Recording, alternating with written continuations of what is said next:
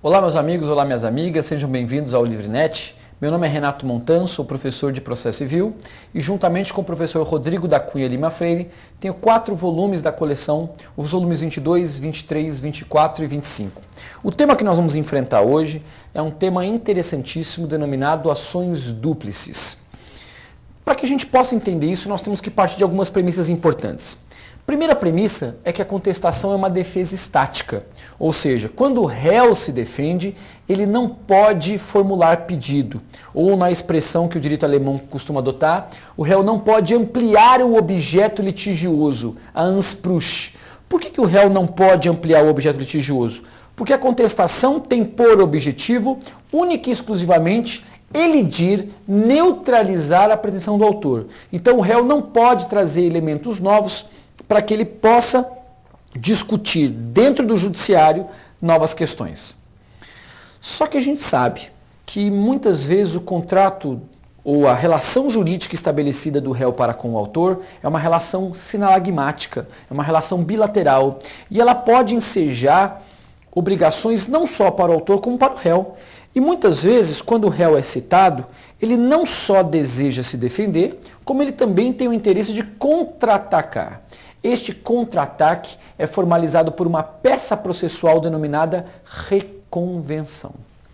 Reconvenção, na verdade, é uma peça própria, modalidade de defesa, e alguns autores mais propriamente chamam modalidade de resposta, tem natureza jurídica de ação.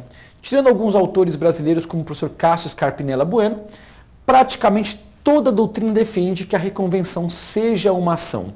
Então nós temos uma ação incidental dentro do processo. Seriam 2 ações num processo só. Só que nós temos algumas causas que não se autorizam reconvenção. Apenas a título de exemplo, juizado especial cível, rito sumário, possessória, prestação de contas e despejo. Por que essas ações não cabem reconvenção? Existem vários fatores pelo qual elas não cabem. Eu vou pegar 2 exemplos importantes, que são talvez os 2 principais exemplos pelo qual não cabe reconvenção. O primeiro exemplo é a possessória. A possessória não cabe reconvenção porque a contestação do réu também parte de uma premissa ativa. Explico para vocês. Se eu, Renato, invado uma gleba de terra, cometo esbulho possessório, o dono da gleba, ou melhor, o possuidor da terra, resolve entrar com uma ação de reintegração de posse contra mim. Quando eu, Renato, contesto, a minha contestação evidentemente vai dizer que, na verdade, não se tratou de esbulho, e sim de uma intervenção na terra de maneira justa. A minha posse naquela terra é justa. Se o juiz julgar improcedente a possessória, automaticamente eu, Renato, réu, ficarei na gleba. Então nós temos uma posição ativa. E os autores costumam chamar isso de natureza dúplice.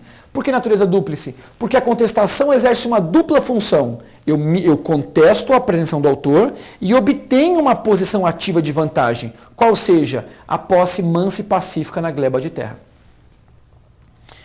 Mas o principal motivo pelo qual o não cabimento da reconvenção não se autoriza no ordenamento, se aplica mais ao juizado e ao rito sumário. Nas possessórias, a reconvenção ela não é utilizada, ela não é autorizada, conforme se depreende da leitura do artigo 922 do CPC, por desnecessidade.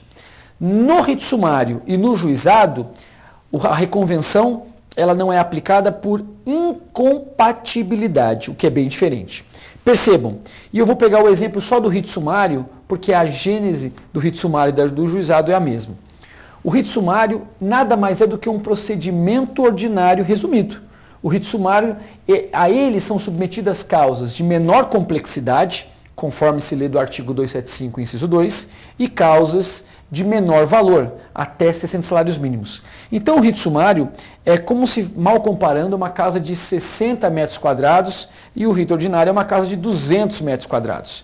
Para uma casa de 60 metros quadrados ser menor do que uma casa de 200 metros quadrados, ela tem que ter menos cômodos, e esses cômodos têm que ser menores. O rito sumário tem cômodos menores, os atos são menos espaçados e no rito sumário não cabem todos os atos que se encontram no rito ordinário.